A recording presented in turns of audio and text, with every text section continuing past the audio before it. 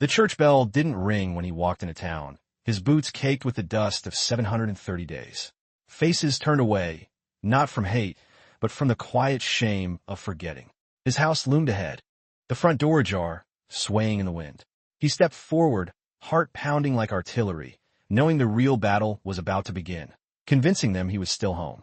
The bus dropped him off 5 miles from town. No one was waiting, not that he expected anyone to. The driver didn't even ask if he needed help with the duffel bag. Just a nod and the hiss of the door opening to cold. James Holt stepped off and adjusted the strap over his shoulder. His boots hit the dirt with a soft crunch. Montana air had always felt heavier than anywhere else he'd been, wet with pine and something hollow like a bell that had stopped ringing long ago. There wasn't much to see.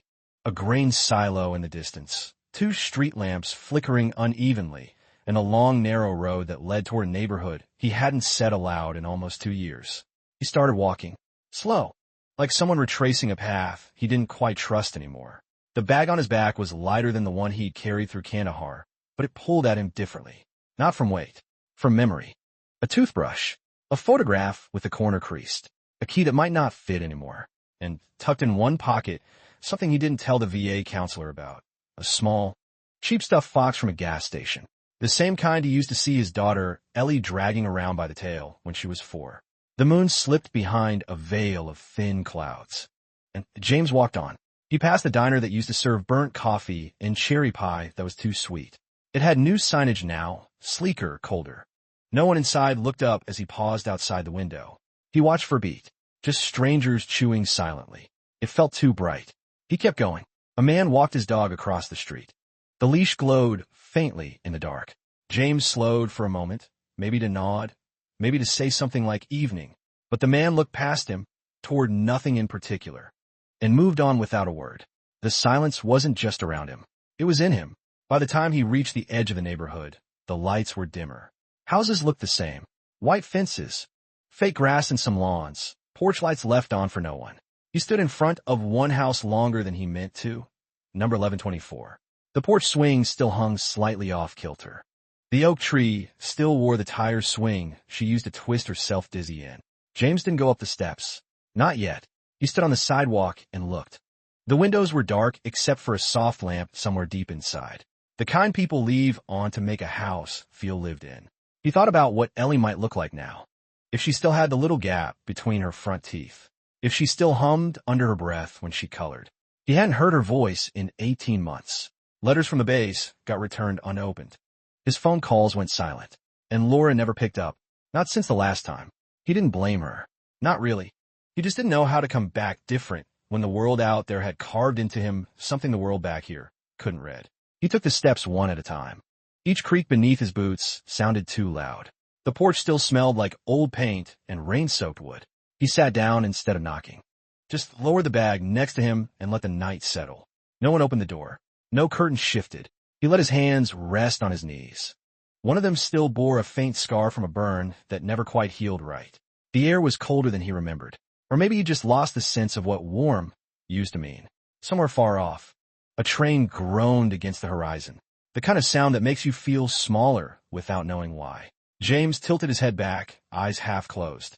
He wasn't ready to knock. Not yet. Not when he didn't know who'd answer. Or if they call him Dad. He reached into the side pocket of his bag, pulled out the small stuffed fox, and placed it gently beside him on the step. It leaned against his leg, lopsided and silent. Like it remembered more about the child he left behind than he did. The porch light flickered once and stayed on. James stared at it. He wondered if it was motion sensor or just faulty wiring. The kind of thing people meant to fix but never got around to. Like conversations. Or promises. He stood slowly, knees tight from the cold, and too many years crouched behind barriers, waiting for things to explode. The house in front of him didn't have landmines, but it had silence, and that could blow a man apart in its own way. The key was still where it used to be, tucked behind the loose board under the gutter spout. He didn't reach for it. Not yet. Instead, he walked to the edge of the porch and looked across the yard. The grass had grown uneven. The sprinkler head near the mailbox was broken, spitting rust stains in a crooked arc.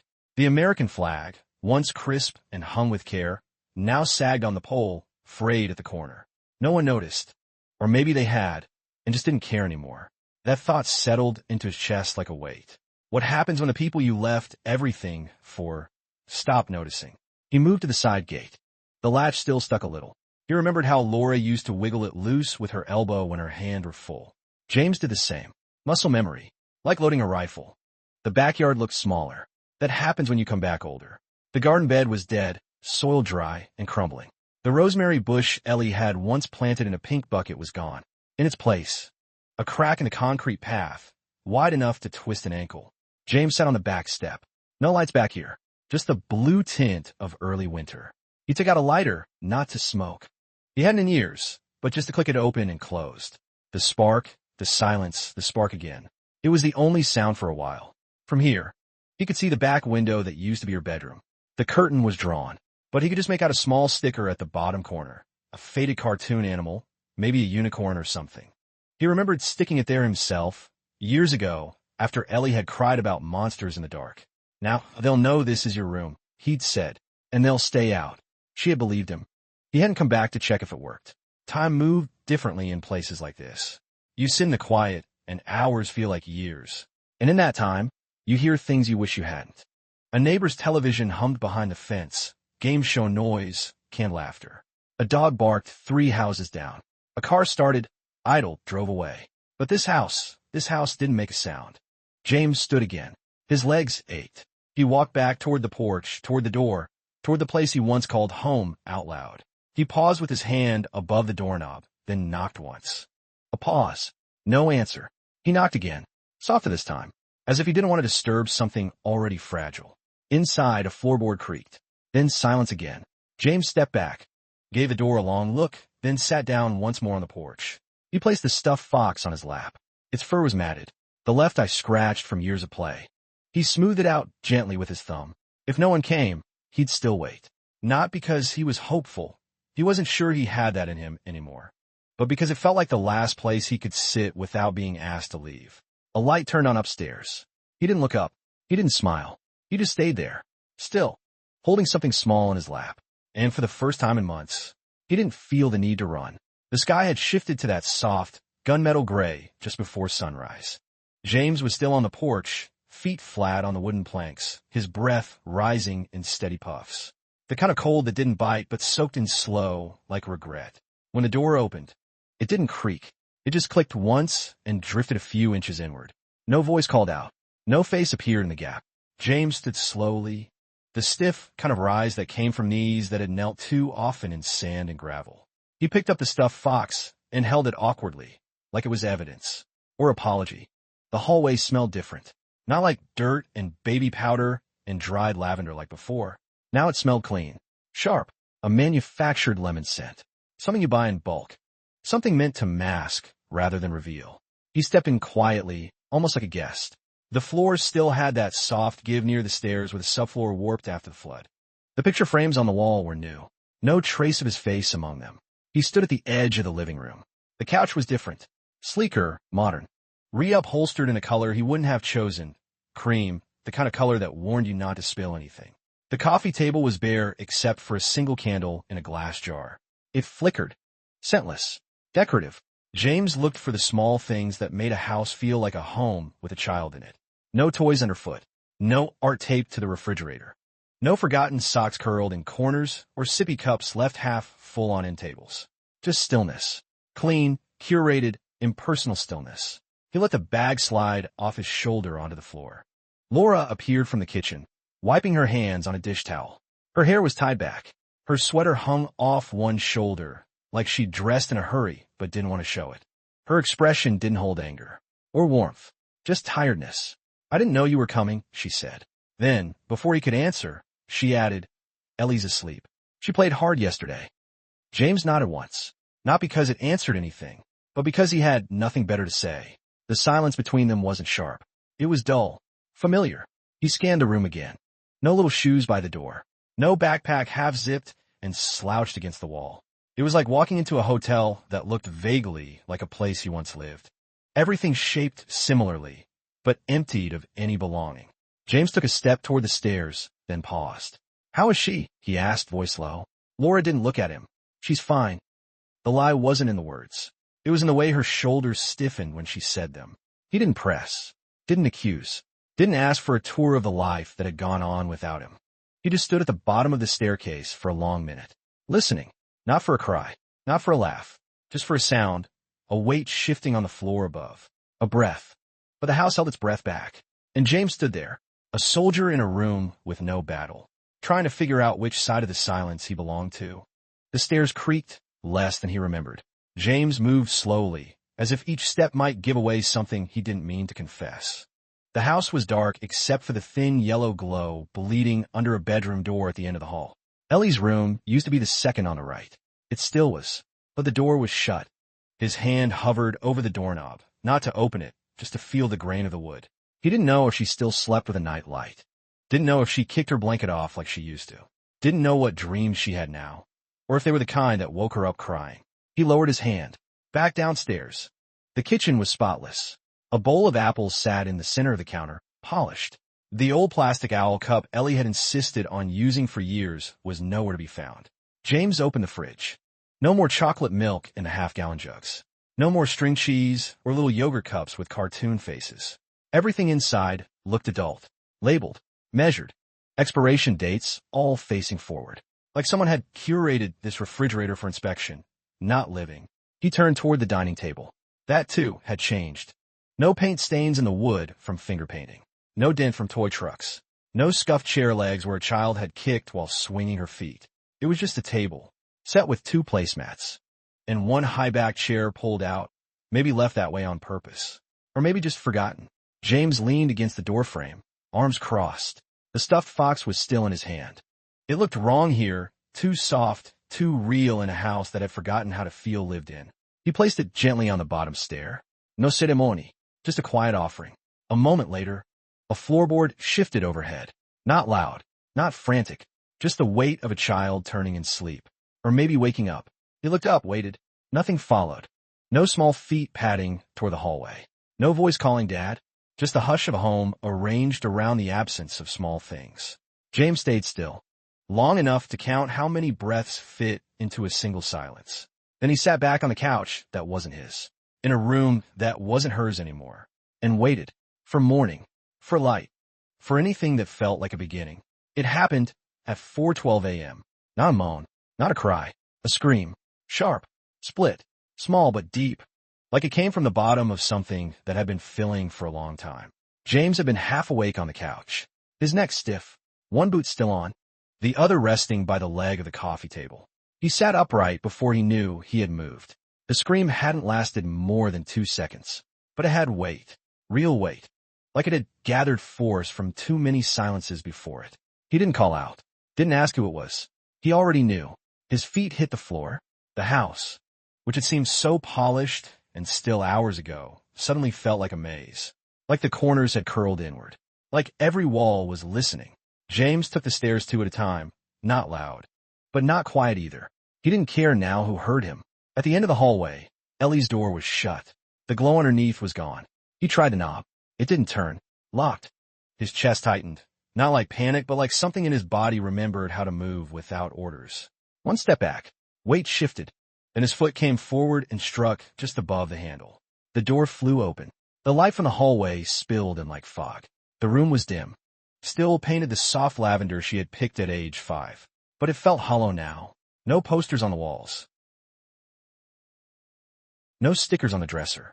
Just bare corners and too much space. In the far side of the room, curled into herself like a comma, was Ellie, her knees drawn to her chest, her small body trembling. One hand over her face, the other clenched in her nightgown. There was a faint red mark on her cheek, still fresh, like a blossom blooming in pain. James froze. Not because he didn't know what to do. He did. But because in that moment, the quiet between them felt too sacred to break. Someone else was in the room. Laura, not startled, not frantic, just standing, 2 steps from the bed, holding a pillow. For a moment, no one moved. The air thinned. Even the house seemed to lean in, waiting. Then James stepped forward slow, knees bending as he lowered himself beside his daughter. He reached out. Ellie flinched. Not much, just a flicker through her shoulders. She didn't pull away, but she didn't lean in either. She just sat there, tears drying on her cheek, eyes open, unfocused, like looking through someone instead of at them. I was just about to handle it. Laura said behind him. Her voice tried to be steady, but it wobbled around the edges. She slipped, got scared. That's all. James didn't answer, didn't turn around. His fingers brushed the back of Ellie's neck.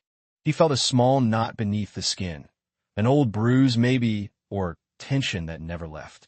Her hands were cold, ice cold. He peeled off his jacket and wrapped it around her shoulders. Not a gesture of warmth, a shield. You said she was asleep, he murmured. Not a question, not an accusation, just a line drawn in the sand. Laura didn't respond, at least not with words. James picked Ellie up. She didn't resist, but her arms hung limp, her cheek pressed into his collarbone. Not with trust, but surrender. A tear soaked through the fabric. He didn't wipe it away. Like something had drained from her, something children should never have to lose. She didn't cry, didn't speak. She just stayed close, barely breathing. The candle was still burning. The couch still perfect. The room still clean. Too clean. He laid Ellie down on the couch slowly, carefully, the way you place something fragile without knowing what's already cracked inside. He took the throw blanket from the armrest, cream-colored, almost too soft, and covered her gently. Her eyes stayed open, wide, unfocused, like she hadn't landed back inside herself yet. Then he turned. Laura had followed, but stopped just outside the doorway. Behind her, two more figures stood at the top of the stairs. Ricky, Mrs. Susan. Ricky's hoodie was half-zipped, hair messy. He blinked in the low light, like someone who didn't like being caught off guard. What happened, he asked. All I heard was a scream. James didn't answer. Mrs. Susan stayed quiet, a coffee mug clutched in both hands. She looked at James like she already had her version of the story ready to tell. He looked past both of them, then back to Ellie. In the kitchen, James opened the fridge. He wasn't hungry. He was looking. No chocolate milk, no yogurt pouches, no almond butter or bananas, or even sliced deli meat she used to eat rolled up with toothpicks. And nowhere was the owl-shaped plastic cup that had followed her from age 3 through age 6. The fridge was organized. Adult food, prepped greens, almond milk in glass bottles. Minimalist, cold, sterile, a kitchen for display, not for a child. Back in the living room, Ellie hadn't moved. Her fingers curled just slightly at the edge of the blanket, but her body stayed still. James sat beside her, not too close, just enough to let her feel his weight in the room. He leaned down and whispered, "Talk to me, kiddo. Anything." Ellie's lips pressed together. Then, slowly, her head shifted side to side. No, not yet. James closed his eyes, inhaled. When he opened them, he wasn't looking at his daughter. He was looking at what had been allowed to grow in his absence. He looked up toward the stairs. From now on, he said, voice low but firm, no one goes into her room but me. Understood? No one answered. But that wasn't the kind of statement that needed agreement. It just needed to be heard. Are you leaving again? Ellie's voice was a whisper. So faint, it barely reached him. But it did, and it split something. James didn't speak right away. He looked at her face, the place on her cheek where the red had started to fade into a dull mark. He reached out, gently brushed a hair from her forehead. Then, no, he said, not soft, not loud, just real. I'm staying. There was no applause. No one cheered. The candle burned lower on the side table. James sat beside her as the hours stretched, and his daughter finally closed her eyes. Not because she felt safe, but because she wanted to believe it might be possible. James didn't sleep. Not really. He kept his hand on Ellie's shoulder, light as breath, just enough so she'd know he hadn't left. Her body twitched in sleep, small shifts like echoes of fear still moving through her. Every now and then she whimpered, barely audible, but never woke. Outside, dawn teased the edges of the curtains. Inside, the house remained wrapped in an unnatural calm. No slammed doors, no raised voices, just quiet. But James had learned a long time ago that quiet didn't mean peace. When the sky began to lighten, he lifted Ellie gently. She stirred but didn't open her eyes, curling into his chest like it was something she used to do but had forgotten how. He carried her upstairs, her body feather-light and heavy all at once. In her room, nothing had changed from the night before. Still lavender, still bare, still not quite a child's space. He turned on the bedside lamp to its lowest setting, tucked her in carefully, but wrong in shape. Her left wrist, another, greenish, with a yellowing edge like time had tried to erase it. At the base of her neck, near her hairline, something else. A small, round mark, like a fingernail press. Faded but there. James stopped breathing for a second, then exhaled slow. He stood, stepped away from the bed like someone backing out of a room full of glass. Downstairs, the kitchen had already come alive. Laura was dressed, sweater tucked in, apron tied, lipstick subtle but present. She moved with efficiency. Toast, butter, coffee, everything in its place. Ricky sat at the table, hoodie back on, spooning cereal into his mouth with both feet propped up on another chair. Mrs. Susan stood at the counter, pouring coffee like it was any other day.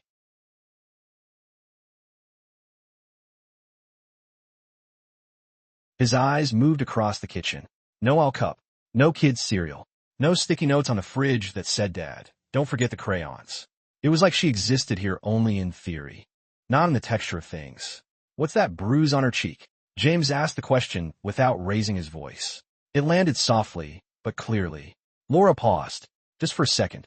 Said nothing. Laura's hands kept moving. "That's an old one. Maybe school. Maybe when the housekeeper was still around. Before she quit." James didn't respond, because something in the silence told him. This wasn't the first time, and it hadn't started yesterday. He didn't yell, didn't accuse. He just stood there long enough for the lie to sour in the air. Then he turned and walked away. Not because he was done, but because sometimes the first battle you win is the one where you say nothing and see who flinches first. That morning, James drove Ellie to preschool like he used to. The truck was older now. So was he.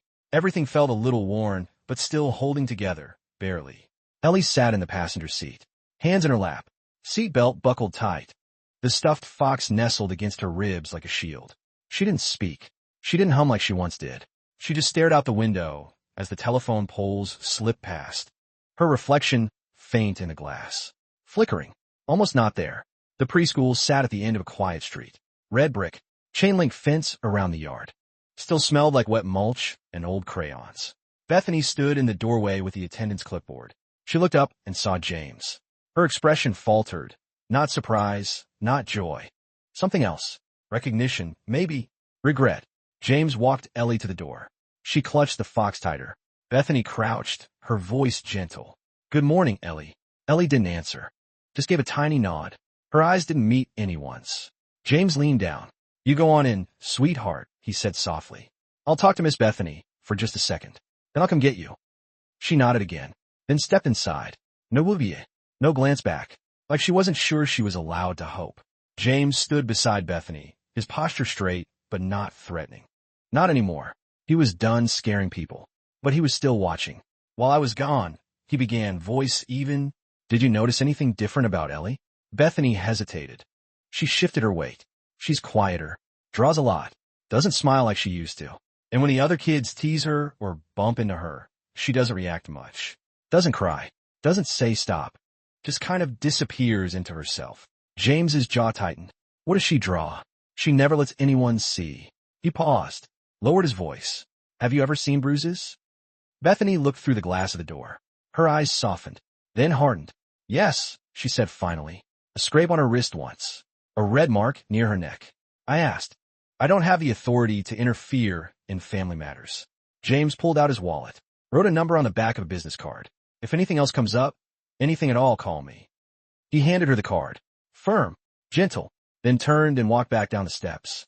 His boots made almost no sound on the concrete. That afternoon, he bought 2 ice cream cones from a food truck park near the park. It was too cold for ice cream. Didn't matter. They sat on a bench, Ellie beside him. She held the cone. Didn't eat it. James watched her. "Tired, honey?" She didn't answer. Then, after a moment, "No." He waited, then asked, "Did your stepmother hurt you?"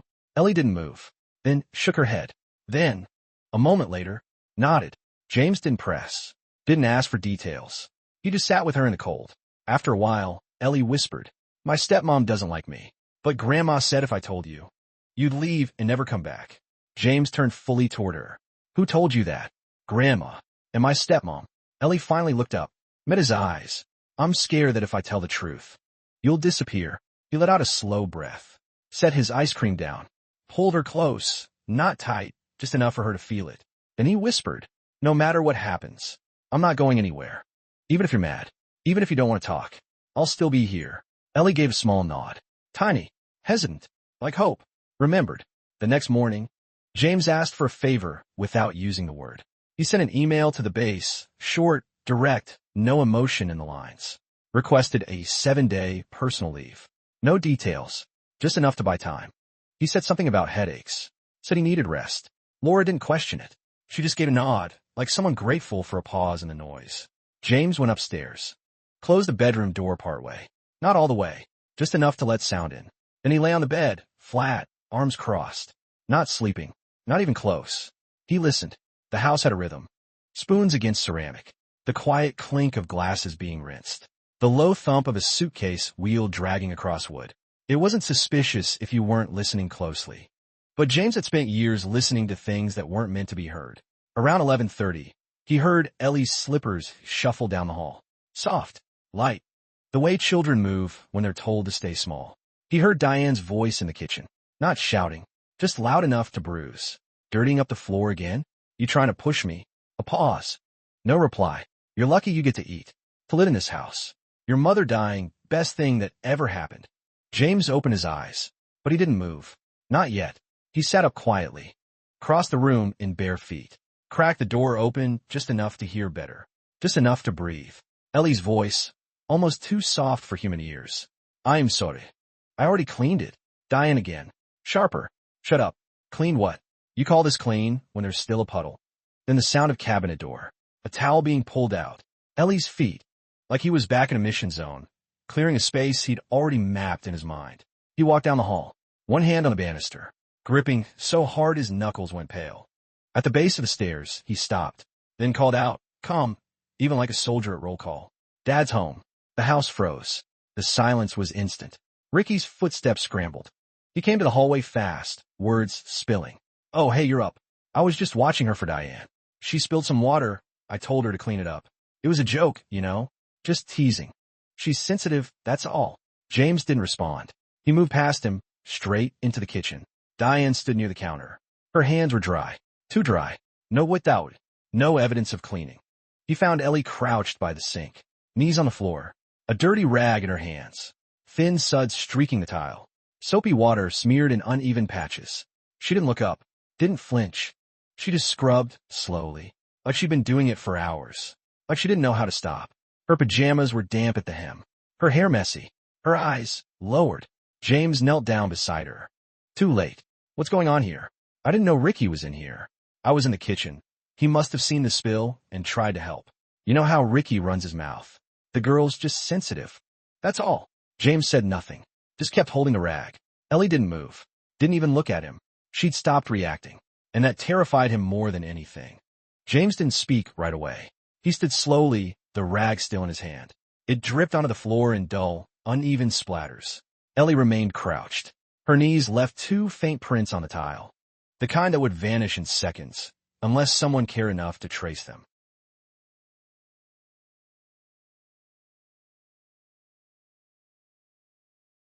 She's always been dramatic. You know that. He looked at her. Not hard. Not with anger. Just long enough for the silence between them to stretch, taut and visible. Then he turned to Ellie. Kneeling again. Lower this time. Leveled to her world. He didn't reach for her. Didn't pull her close. He just asked, voice low, "You okay, sweetheart?" She nodded. But it was the kind of nod that children give when they've been trained to lie for safety. Not agreement. Just survival. James clenched his hand. The rag balled in his palm. He stood. "Get out," he said. His voice didn't rise. It didn't need to. Diane blinked. "Excuse me. You heard me. You and Ricky. Get out." A beat. Ricky raised an eyebrow, half amused. "Dude, relax. It's not that deep." James didn't flinch. "I'm not asking," he said. Diane hesitated. And in that moment, James saw it. Not fear. Not guilt. But calculation. She tilted her head, letting out a small, breathy scoff. "You always overreacted. That's your thing, isn't it? I'm not saying she doesn't feel things. But she imagines a lot. That's what the therapist said. Remember?" James stared at her. A long stare. And he knew, if he looked long enough, the truth would start to fold. Gaslight itself into something blurry. He broke eye contact first. Not out of weakness, but out of preservation. Ricky snorted. "She's soft, man. You don't get it. These kids nowadays." James stepped toward him. Just once. No threat. No movement beyond that. Ricky's face twitched. Then, with a shrug and a mutter, he left. Diane followed, but not before saying, "We'll talk about this when you calm down." The door closed behind them with a click that felt like punctuation, but not closure. James stood in the middle of the kitchen, hands at his sides, breathing quiet. Ellie was still sitting on the floor. He didn't rush to lift her, didn't try to fix it all in one sweep. Instead, he sat down, not beside her, but just enough away that she wouldn't feel cornered. A safe distance, a silent offering. The room was still, but it wasn't empty. His eyes scanned the space, the spotless counters, the polished surfaces, the candle in the middle of the table. Almost invisible. He reached for it, opened it carefully, crayon on folded paper. 3 figures, one tall, one small, one shadowy, faceless in the middle. At the bottom, scribbled in uneven letters, "Don't tell." James slipped the paper into his shirt pocket. When he turned back, Ellie hadn't moved, but her knees had relaxed just slightly. Her breathing no longer caught in her throat. He sat with her in the quiet, not filling it, not explaining it, just staying. And somewhere in that stillness, she leaned, not into him, but closer, by an inch, maybe less. But he felt it, and it was enough. James didn't tell her to go upstairs. He didn't tell her to do anything. Instead, he stayed on the kitchen floor until Ellie stood up on her own, still barefoot, pajamas damp at the cuffs. Her eyes didn't meet his, but her body turned slightly toward him. That was enough for now. His knees popped. He didn't groan. He took his time cleaning the floor. Not because it needed it, but because she shouldn't have been the one to do it. Not like that. Not ever. The rag was already sour from hours of use. He didn't mind. His hands were used to worse. When he finished, he opened the kitchen window and let in the cold. Fresh air had a way of pushing out what silence left behind. Later, the house settled into something quieter. No Ricky, no Diane, no footsteps that didn't belong. Just him and Ellie. He changed it. It was a small thing, but it mattered. That afternoon, he opened the old closet near the laundry room. The back panel was loose. He remembered that from before. Behind it, a box of Ellie's old toys still sat, shoved back where no one bothered to look. He carried the box upstairs. Her bedroom door was ajar, not wide open, just enough to hear breathing if you stood close enough. He didn't go in. He left the box by the doorway, then knocked, twice. "Gentle. Some of your stuff," he said through the crack. No rush. No answer. He didn't expect one. Back in the living room, he sat in the chair that used to be his. It was smaller than he remembered, or maybe he had simply learned to carry more. The paper from Ellie's drawing was still in his pocket. He took it out again, unfolding the creases, smoothing the corners like that might soften what it meant. 3 figures.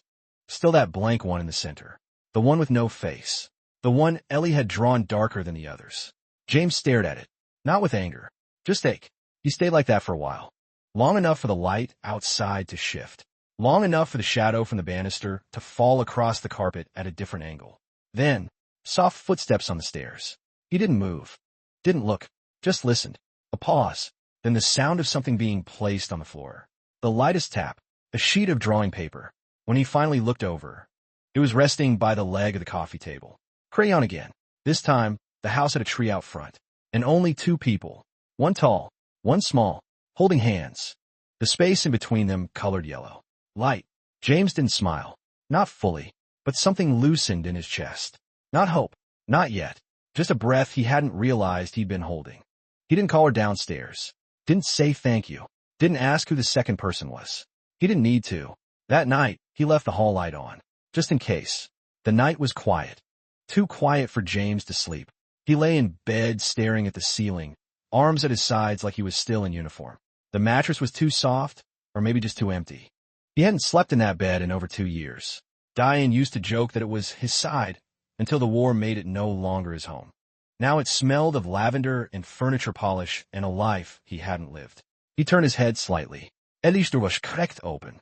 The hallway light, still on, cast a narrow gold line across the floorboards. He didn't close his eyes. Not yet. At some point during the night, he heard soft shuffling. Not the hurried footsteps of a child afraid of the dark. Just hesitant ones, like someone testing how much the floor remembered them. Then a pause. Then the quiet sound of water running in the kitchen sink. He stayed still, listened to the cupboard open, then close. A glass set down gently. A chair scraped. Not fully out, just nudged. The silence that followed wasn't empty. It was full of someone trying. By morning, James didn't ask questions. He came down the stairs slow, like a man who didn't want to scare off a deer at the edge of the woods. On the counter, there was an empty glass. Clean. A plate with crumbs.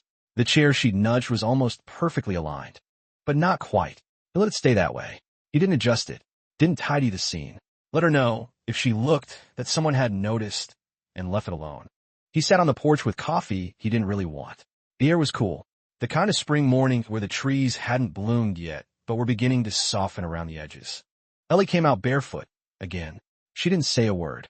Just walked past him and sat 2 steps down from where he was. Still holding that fox. Still not looking at him. But she sat. She stayed. Bird feeder's empty, James said, not expecting a reply. Ellie nodded. He didn't ask her to help. Didn't ask her anything. Just stood, went inside, came back with seed. Filled it without ceremony. Sat again. Watched a single sparrow land, tilt its head like it was unsure, then dig in. Ellie leaned forward a little. The sun caught the gold in her hair. She didn't smile, but she didn't retreat either. That afternoon, she left something on the kitchen table. It wasn't a picture. It was a list. Crayon again, blue this time. No title, just peanut butter, jelly, milk, string cheese, grapes, cookies, the circle ones. At the bottom, juice with a fox on it. James read it once, then again. Folded it carefully like it was a map to something sacred. He didn't say a word. Just pinned it to the fridge with a magnet shaped like Texas. The next day, she followed him to the store. Didn't speak. Didn't ask for anything. Just walked slightly behind him. Quiet. Alert. He didn't push the cart too fast. Didn't tell her not to trail behind.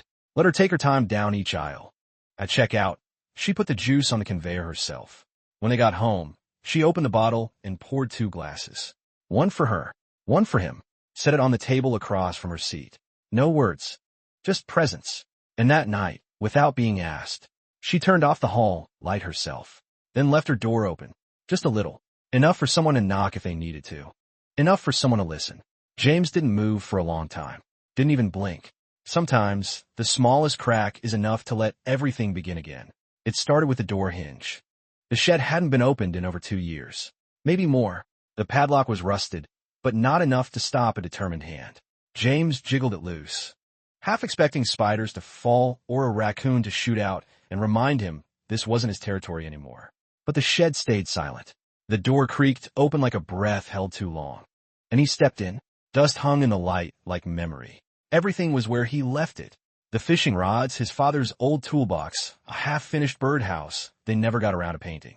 One corner of the workbench still had Diane's handwriting. Don't forget the tomatoes scrawled on a yellow sticky note, faded to pale beige. He didn't touch it. Just stood there, eyes adjusting, breathing in the scent of old cedar and oil and time. It smelled like before. He didn't plan to clean it, but his hands moved anyway. Moved in that way hands do when they've been trained to survive, one task at a time. No questions. No expectations. He took the tools down, wiped each handle, tossed the rotted gloves, swept the dust from the floor in long, steady strokes. Each motion quiet, measured, like sweeping away the months no one spoke of.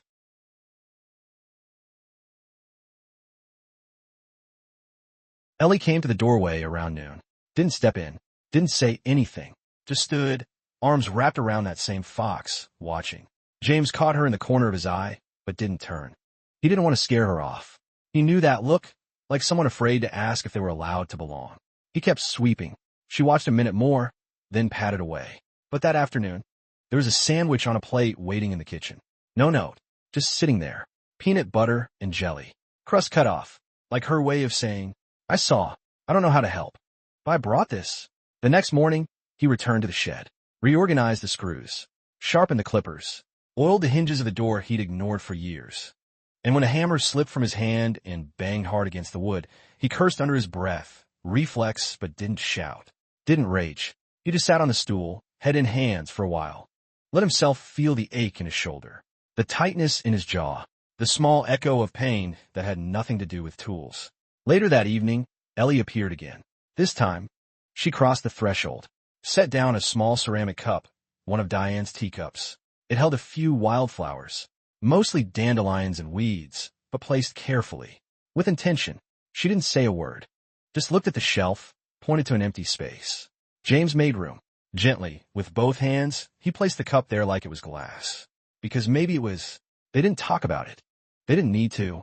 The next day, she brought a cracked picture frame. Inside it, an old photo. Him, in uniform. Her on his shoulders.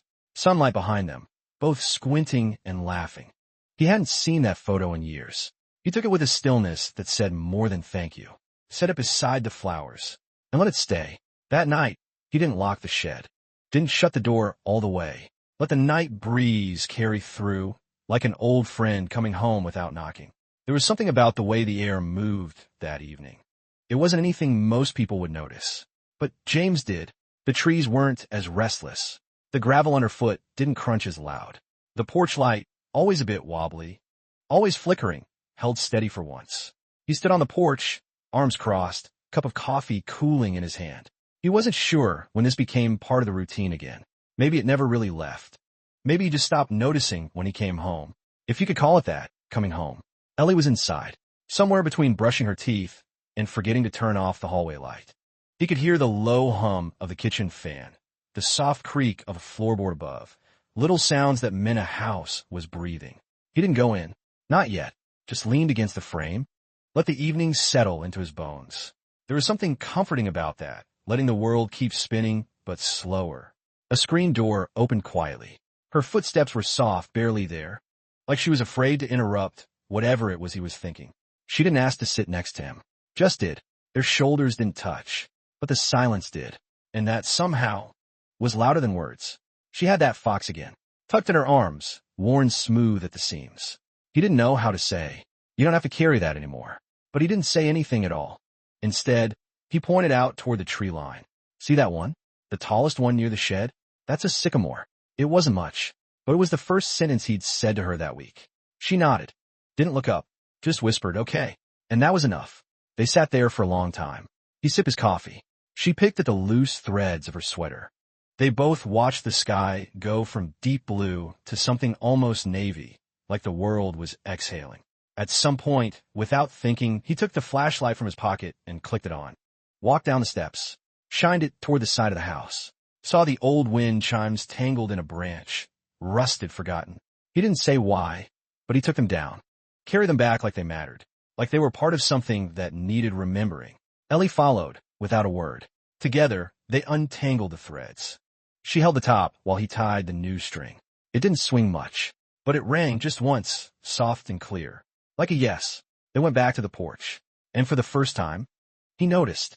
She left the fox behind. Sat with both hands on her lap, not needing to hold anything, not needing to hide. The porch light didn't flicker that night, and he didn't go inside first. He waited for her to stand, and when she did, he followed. Not because he had to, but because maybe he finally could. The attic had always smelled like old pine and dust and forgotten years. James stood at the bottom of the ladder, one hand on the rung, the other on his knee, steadying himself. His back still ached in the mornings. His shoulders still flinched sometimes, leftover pain from a world that never made it back with him. But today, for the first time since he returned, he climbed. One step at a time. No rules, no music, just the creak of wood and the soft, hesitant echo of Ellie's footsteps behind him. She didn't ask why they were going up there. She didn't need to. The light up top was yellow and weak. The kind of bulb you never bother replacing because no one ever came up here long enough to mind. Boxes lined the walls. Some labeled. Some just cardboard softened with time and mildew. There were old curtains. A broken lamp with a red scarf still wrapped around it. A plastic crate full of tangled Christmas lights from the year Ellie was born. James didn't move at first. Just took it all in. He didn't remember packing these things. But he must have. He didn't remember what they meant to him. But something inside him did. There was one box, smaller than the rest, tucked beneath a folded American flag, beneath a yellowed newspaper that read "Local Hero Returns." The box wasn't labeled. He crouched slow, stiff, and brushed off the dust. His name was written on it, not in marker, but in a child's handwriting. "Dad stuff, don't touch." He smiled without realizing it. Not a big smile, just enough to feel it in the corner of his mouth. He opened the lid. Inside, a watch with a cracked face, a dog tag chain that hadn't been worn in years, a faded letter he never mailed. In a drawing, stick figures, a house with a crooked roof, a son smiling in the corner, and 3 names, me, Mom, Dad. James sat down, right there on the attic floor. Ellie sat beside him, still not asking, still not saying much. She didn't need to. She just took the letter, unfolded it slowly. Looked at it the way kids do when they're trying not to ask for something. I wrote that, he said finally, voice dry but soft. In Kuwait. Never got the courage to send it. She nodded. Can I keep it? She asked. He looked over. Met her eyes. Noticed for the first time how much of Sarah lived there. And how much didn't. He nodded. And that was that. They stayed up there for almost an hour. Not sorting. Not throwing anything away. Just remembering. In the quiet way you do when time isn't pressing you anymore. He didn't try to explain the war. She didn't ask about the nightmares.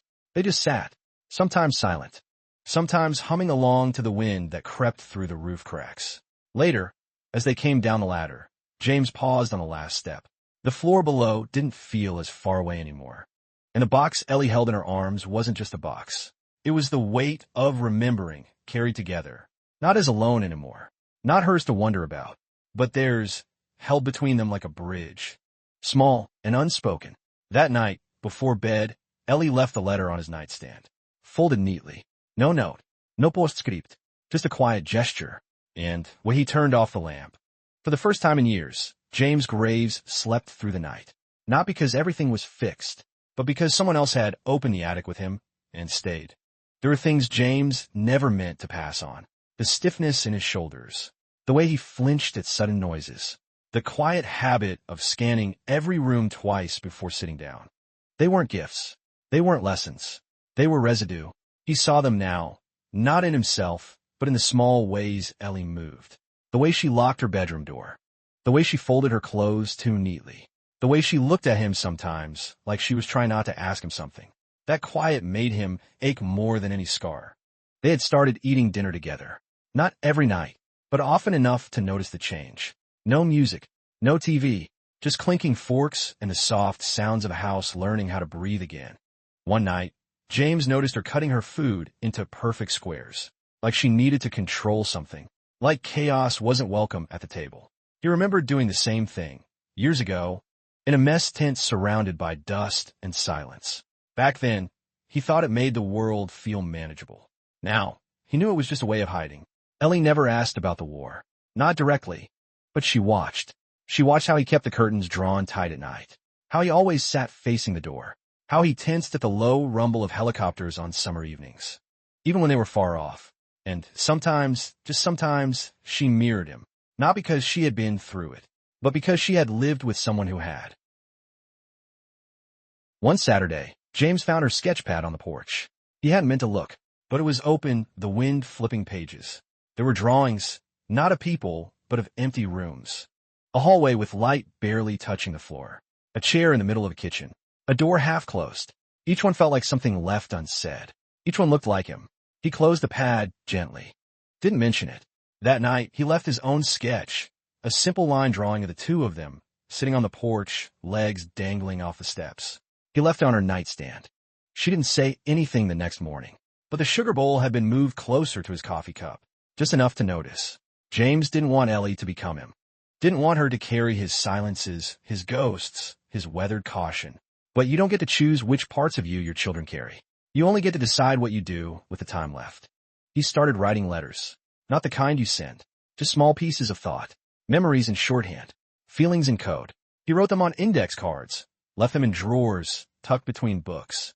Taped inside the glove compartment of the truck she might one day drive. Things like, there are days the world feels too loud. It's okay to turn down the volume. You don't have to be okay for me. Once she could cross when she was ready. Some nights, Ellie would sit beside him and not speak. Just lean her shoulder slightly into his. And that, he thought, was the kindest form of forgiveness he had ever known. Not a word, not a grand gesture, just the willingness to stay close. Even when neither of them had the right words. Even when the wounds were old and deep. That's how healing came for them. Not in speeches, but in small rituals. 2 mugs on the counter. A light left on in the hallway. A note in the toolbox drawer. You're not broken. Just tired. They were not the family in the picture frames at Walmart. But they were something better. They were still here. Still trying. Still showing up. And sometimes, that's the only legacy that matters. James never kept photographs from the war. No medals on display. No stories over dinner. Not because he wanted to forget, but because remembering was too loud.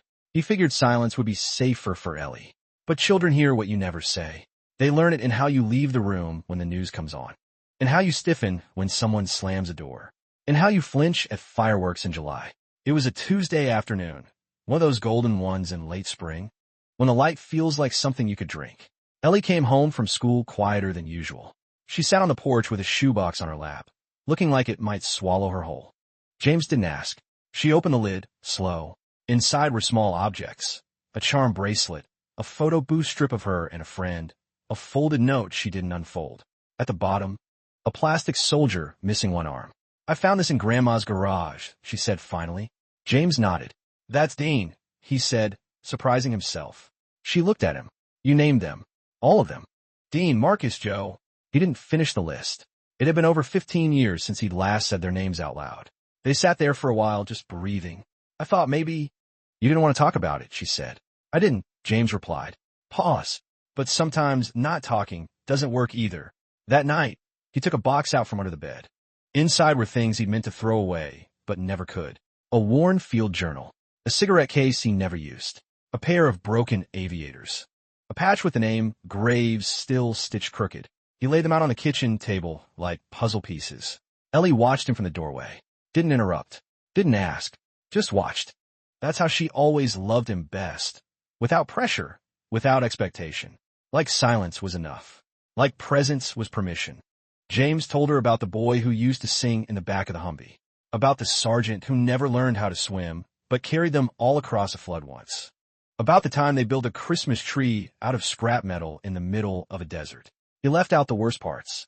But Ellie didn't need blood to know a wound. She just nodded. And when he paused, she refilled his glass of water like it was a way of saying, "I'm still here." After that night, James began keeping a small wooden box in the living room. He called it the stories box. It wasn't locked, wasn't labeled. But every week, he'd write one story on a card, fold it, add it to the pile. Not just war stories. Stories about her birth. About how terrified he'd been to hold her. About the first time she laughed, and he cried without meaning to. One day, she asked if she could add to it. He said yes. Her first card said, "Dad cried during up. I pretended not to notice." He laughed for a long time that night. The kind of laugh that doesn't erase grief, but makes it sit down and hush for a while. On a Sunday morning, Ellie brought home a stray dog. It was muddy, half-starved, with a scar across its face. James looked at it like he was looking in a mirror. They named it Walt. Walt was afraid of thunder. Wouldn't climb stairs, and took weeks to learn how to sleep indoors. But eventually he did. And sometimes, grumbling about loose wires. Ellie stood beside him, holding the flashlight steady. "You know," she said, "you're not the same anymore." He froze. "What do you mean?" She shrugged. Right next to the photo, he swore he didn't carry. Some truths are quiet, but they echo forever. There was a drawer in the hallway James never opened. Not because he forgot what was inside, but because he remembered exactly. The house was quiet that morning. Ellie had gone to school early for a music rehearsal, and the dog was still snoring near the back porch. Hand hovering over the worn brass handle like it might bite him. It didn't. It never did. He pulled it open. Inside, a stack of envelopes never sent, all addressed to his brother, David, who died in Kandahar. Old guitar picks, a photo of a woman he almost married once, and a tiny baby sock. Ellie's, yellowed from time. He sat down on the floor. The drawer still open. Some part of him had thought that if he never touched these things, they'd stay soft, untouched by air, by time, by regret. But everything changes, even in silence, especially in silence. He took out the sock, turned it over in his hand, thought of how small Ellie had been once, how afraid he was to hold her, how war taught him to disarm bombs, but not his own fear. A crumpled piece of paper fluttered from the stack. He picked it up, recognized his own handwriting, barely legible, rushed, written with the kind of urgency that comes at 3 a.m. when sleep won't come and ghosts won't leave. "Dear Ellie, if I don't come back, know that I watched every video they sent, every laugh, every step, even if I couldn't be there. I carried you in every breath. I hope you'll forgive me for not always knowing how to be your dad." James exhaled, not the heavy kind, the kind that clears a space inside the chest. Later that evening, Ellie came home with paint on her jeans and music sheets sticking out of her backpack. She saw him sitting in the hallway, drawer still open, the sock in his hand. She didn't ask, didn't say a word. She just walked over and sat beside him. Her shoulder touched his, not on purpose, but not by accident either. And there they stayed. There are moments between people, especially fathers and daughters, that don't need explaining. Like how he rested his head against the wall, and she leaned hers on his shoulder. How neither of them looked at the paper again, but they both knew it was there. How forgiveness doesn't always come in words. Sometimes it arrives as silence. Shared. Gentle. That night, James finally moved the drawer's contents into a wooden box he built years ago. He sanded it smooth, stained it by hand. On the lid, he carved one word, kept. Because that's what memories deserve. Of the two of them sitting on the porch, laughing. Walt, the dog, mid-yawn between them. She slipped it in without a word. And James realized something. He hadn't just come back home. He'd stayed. The next Saturday, Ellie found an old hammer in the shed and carried it into the house like she was holding a crown. Her face half hidden by the weight of it, knuckles dirt smudged. She set it down gently on the kitchen table and said nothing. James looked up from rinsing the coffee pot. "What's this?" he asked. She shrugged. "I want to put up something." That was it. No ceremony. No over-explaining.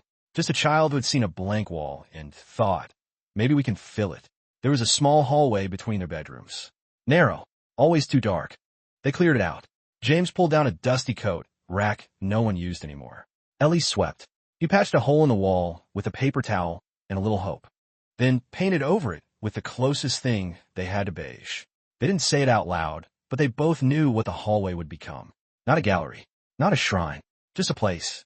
A place for the things that weren't loud enough to be centerpieces, but too precious to be forgotten. The first thing they hung was a photo of Ellie's first-grade class. Her bangs were crooked. Her smile half a second late. James stared at it along, while before tapping the nail in. Next, a drawing she made when she was 5. Her and James, stick figures with square hands and huge smiles. But she'd look prouder than if she'd won. A napkin with a coffee stain shaped like a heart. James didn't even remember where it came from. Maybe that's why it stayed. On a Tuesday, Ellie came home with a Polaroid. James was in it, wearing an apron, flour on his nose, looking like someone who wasn't haunted anymore. She taped it to the wall with a crooked piece of washi tape and smiled. "You look like Grandpa George," she said. James didn't answer. He didn't need to.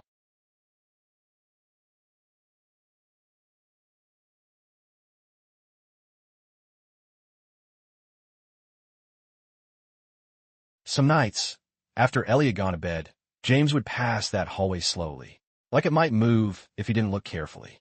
Each item on the wall carried a sound he could almost hear. A laugh, a breath, a step on the porch. It was still a quiet house. Still old, still full of air that remembered too much. But now it had a pulse.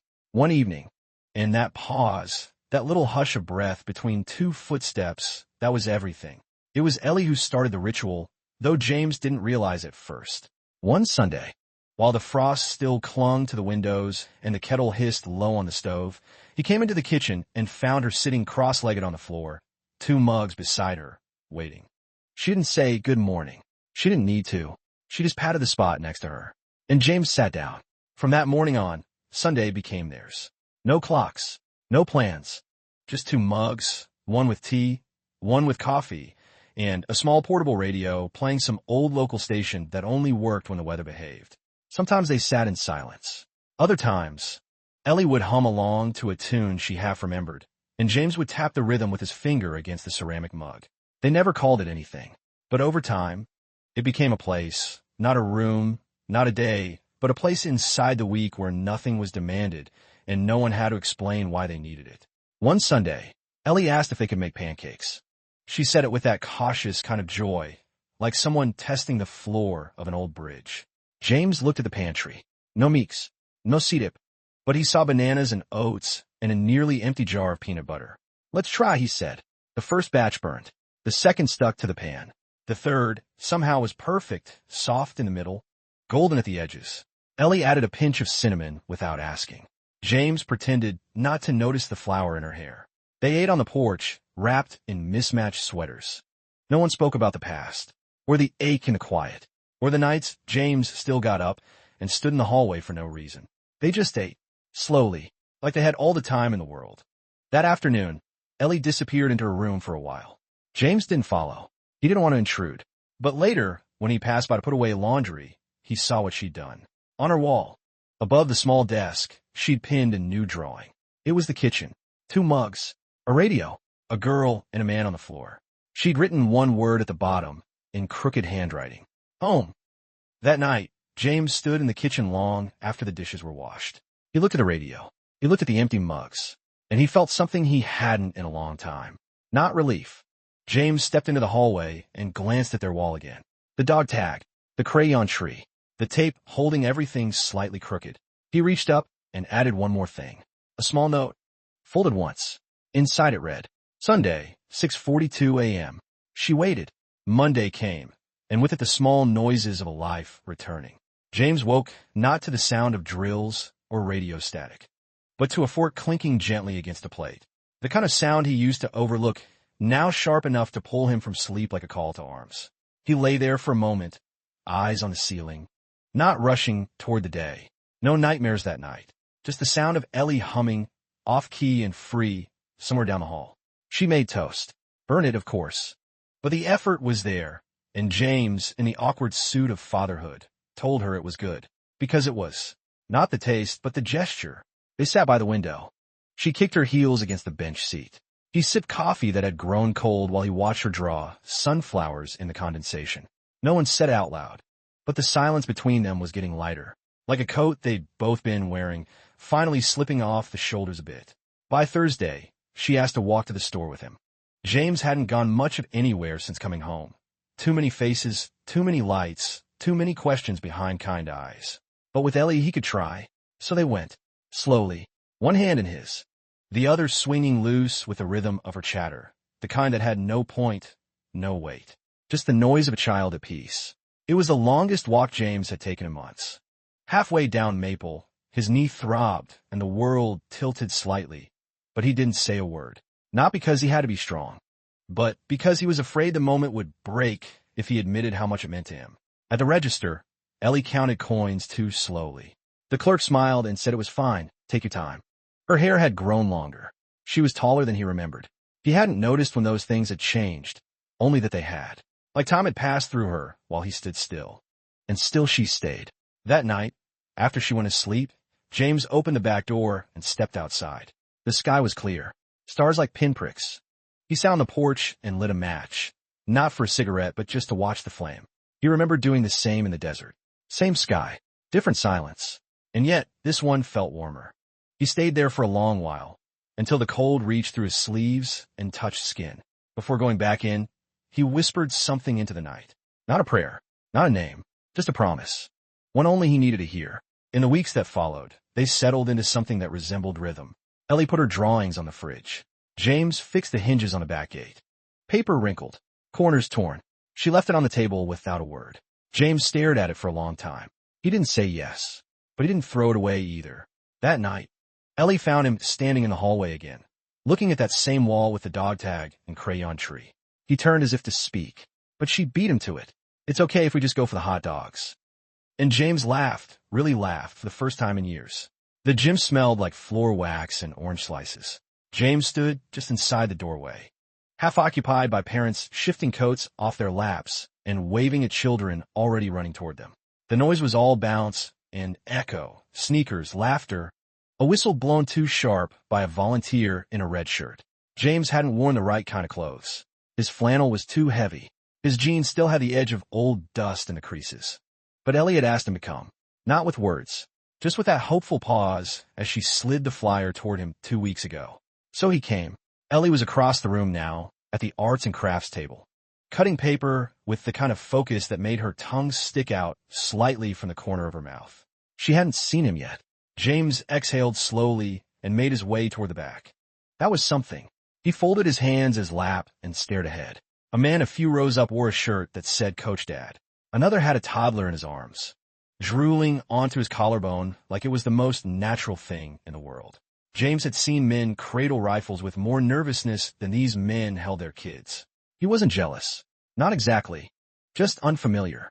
Like watching a language you never learned but always wanted to speak. James! The voice came soft. A woman, mid-40s maybe, hair up in a messy bun, badge on a lanyard. Staff. Probably. I'm Susan, she said. Ellie's counselor. James rose automatically. Too fast. His knee flinched. She smiled without pity. She talks about you, you know, Susan said. Says you're quiet. But safe. He didn't know what to say to that. So he nodded. The kind of nod that says, I don't deserve that, but thank you anyway.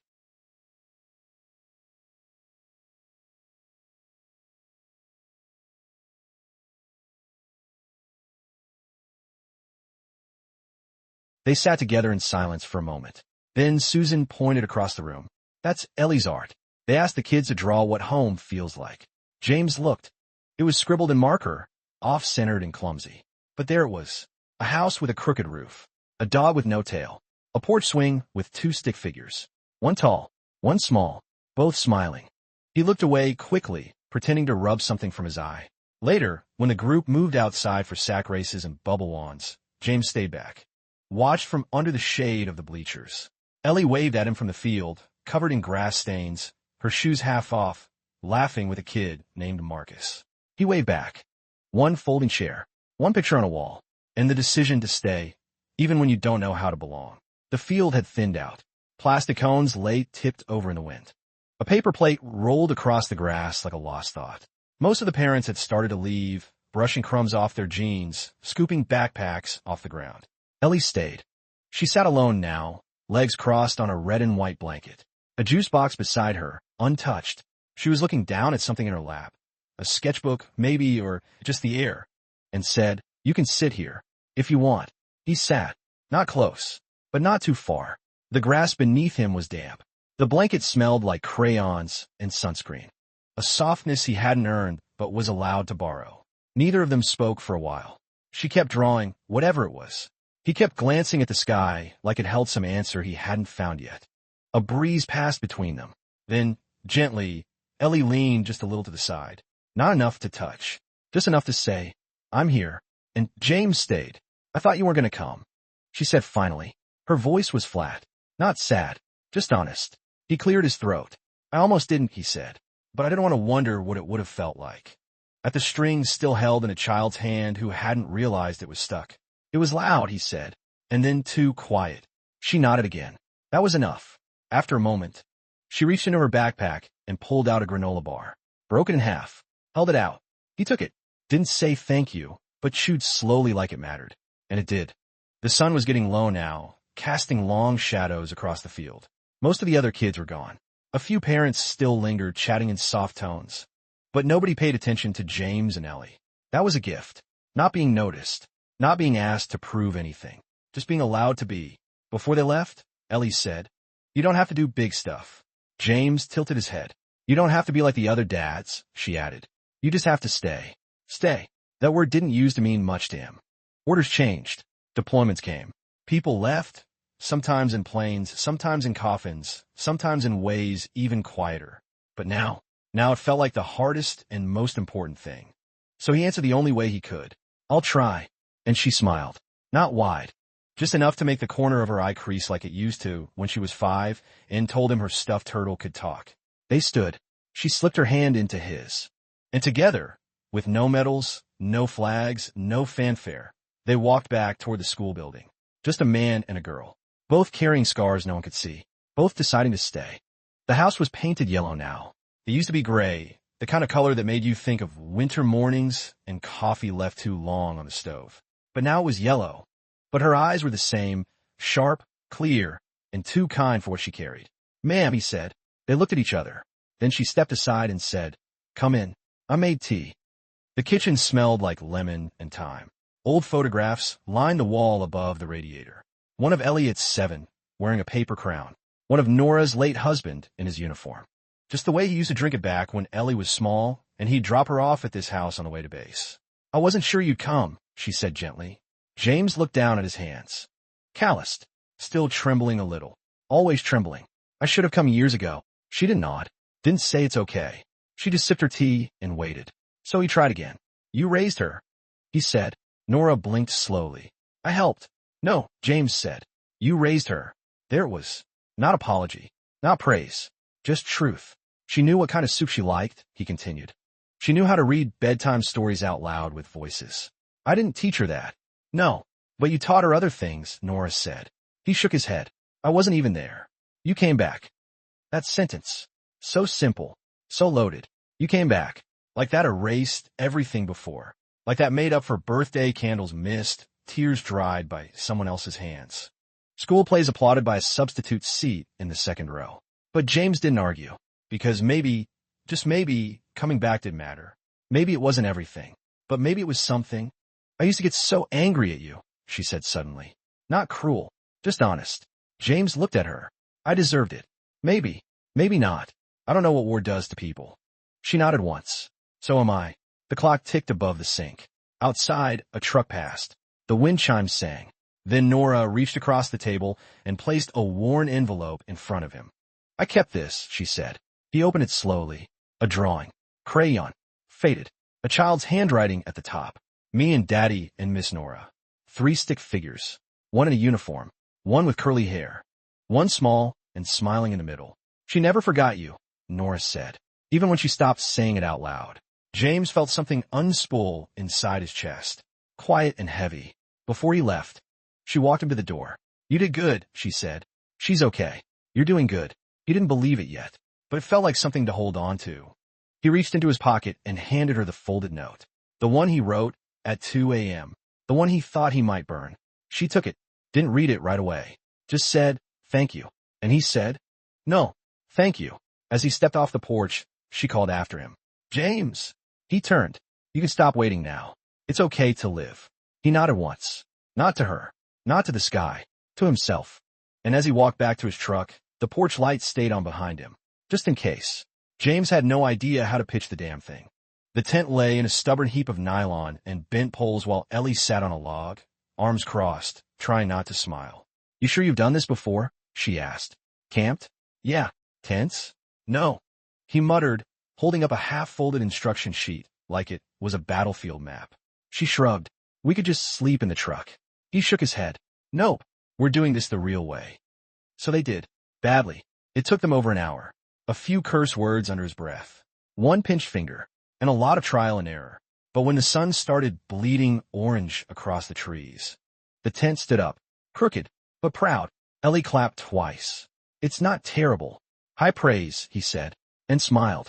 Dinner was 2 slightly burned pancakes cooked on a camping stove that sputtered like it had asthma. He brought maple syrup in a glass jar, because real syrup matters. And Ellie agreed, even if they ate sitting cross-legged on a plastic tarp, swatting at mosquitoes. This is better than school cafeteria food, she said, mouth full. Low bar, he said. But it felt good. The silence between them wasn't heavy tonight. It was warm, like a blanket someone else had already broken in. After eating, she wandered to the edge of the trees, found 2 flat rocks, and came back with a new idea. We're going to make pancake coins, she said, pressing a sticky syrup-covered rock onto the pan, pretending it was treasure. He played along. James sat just outside the tent, back against the tree. The fire had gone out. Only embers left, glowing like soft memories. He stared up at the trees, the stars, the kind of sky you don't see from a backyard. For once, there was no hum of generators, no voices on radios, just insects and wind and the occasional sound of Ellie turning in her sleep. He let be quiet. In the morning, they woke up to rain. Not heavy, just a steady patter on the tent roof. Ellie blinked awake, hair frizzy, eyes still half closed. We didn't get wet. She mumbled. Nope, James said. Tent held up. She smiled. That smile, small, sleepy, genuine, made every bruised knuckle and mosquito bite worth it. They stayed there a while, neither getting up, just lying in their bags, listening. After a minute, she rolled toward him. Can we do this again sometime? James nodded. Anytime you want. They packed up slow. No ruse. James let her fold the tarp. Her way, not the right way. On the ride home, she put her feet up on the dash, windows cracked, letting the pine air in. They didn't talk much. They didn't have to.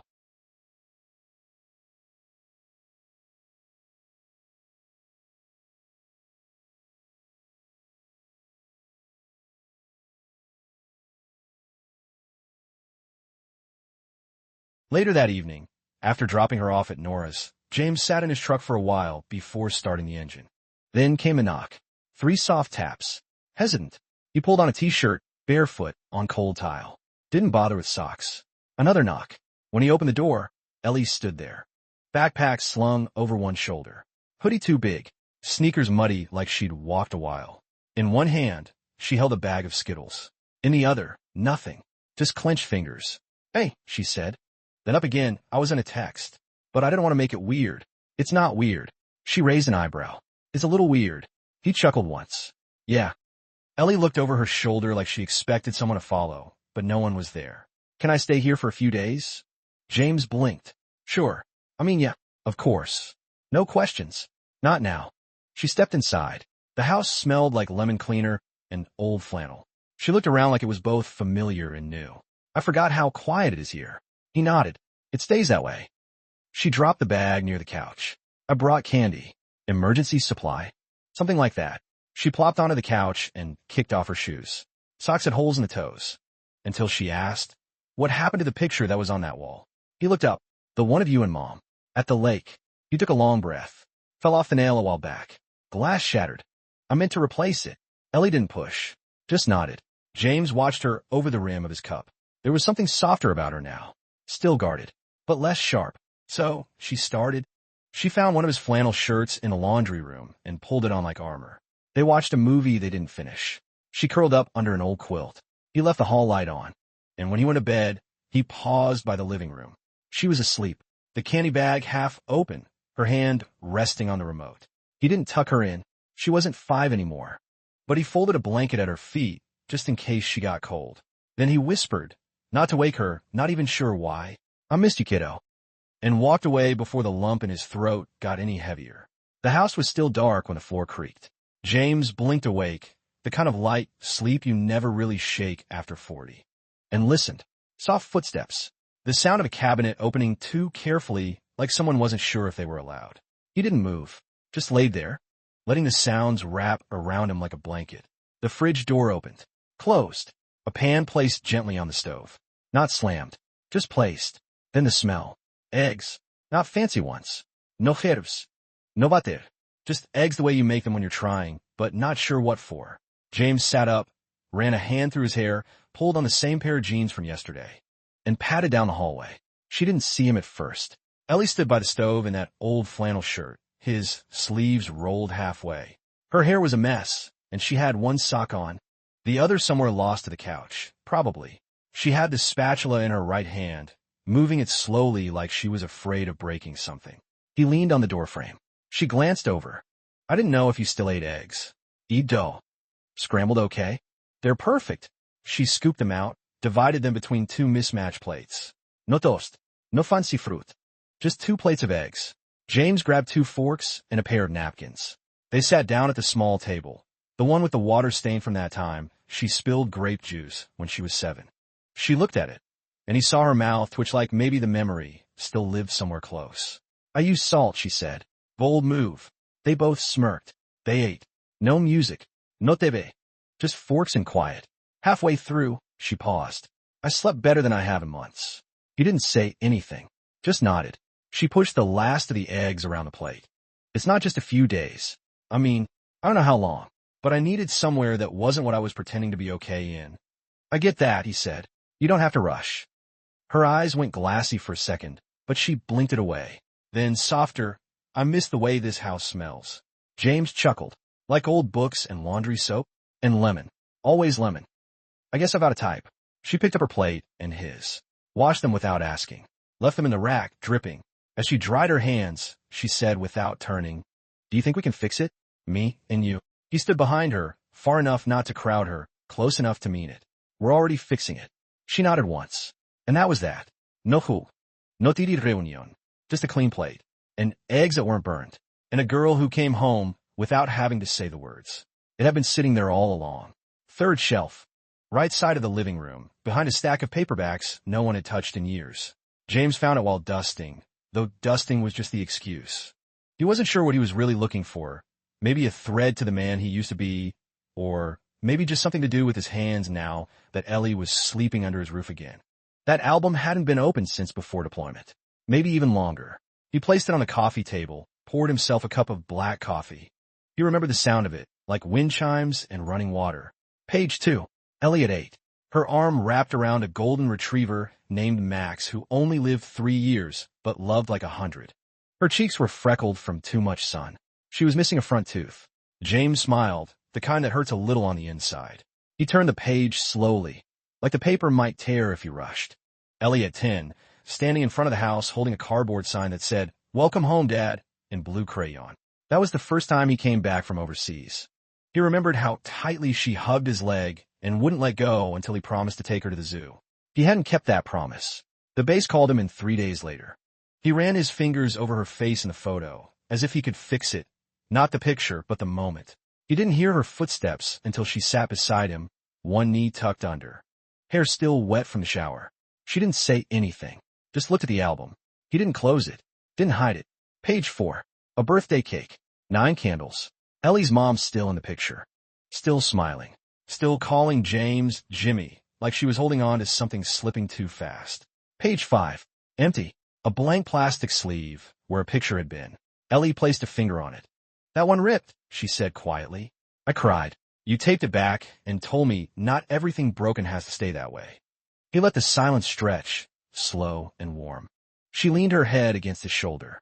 I hated you for a while, she whispered, for not being there. I know. I thought if I ignored it, it'd go away. But it just got louder. I know that. 2. She turned the page. More pictures. Her high school graduation. James wasn't there.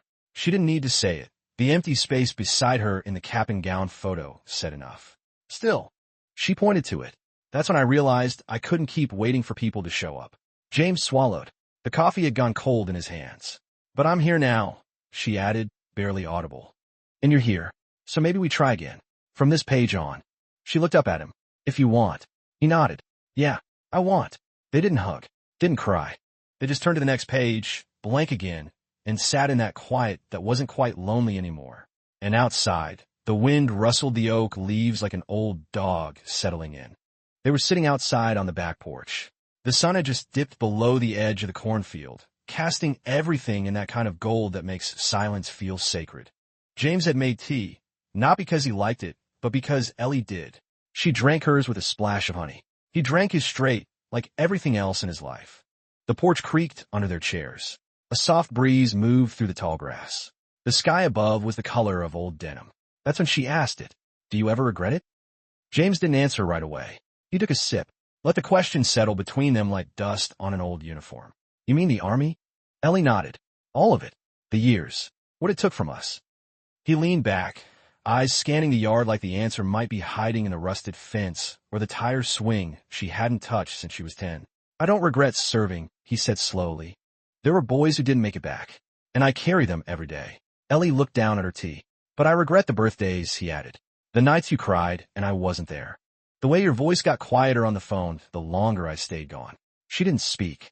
I regret thinking I had more time, he said. That you'd still be little when I got back. That nothing would change. Ellie's throat tightened. She watched a moth dance near the porch light, silent and aimless. I try to make peace with it, she said finally. Told myself you were being noble, that you were doing something bigger than us. She laughed, soft and bitter. But when you're 10, noble doesn't mean a damn thing. You just want your dad at the science fair. James nodded. She took a long breath. So what do we do now? We start where we are, he said. Not with guilt, not with pretending. Just here. You and me. This porch. This tea. Ellie looked at him. Really looked. Like maybe for the first time in years. And if I'm still mad sometimes? She asked.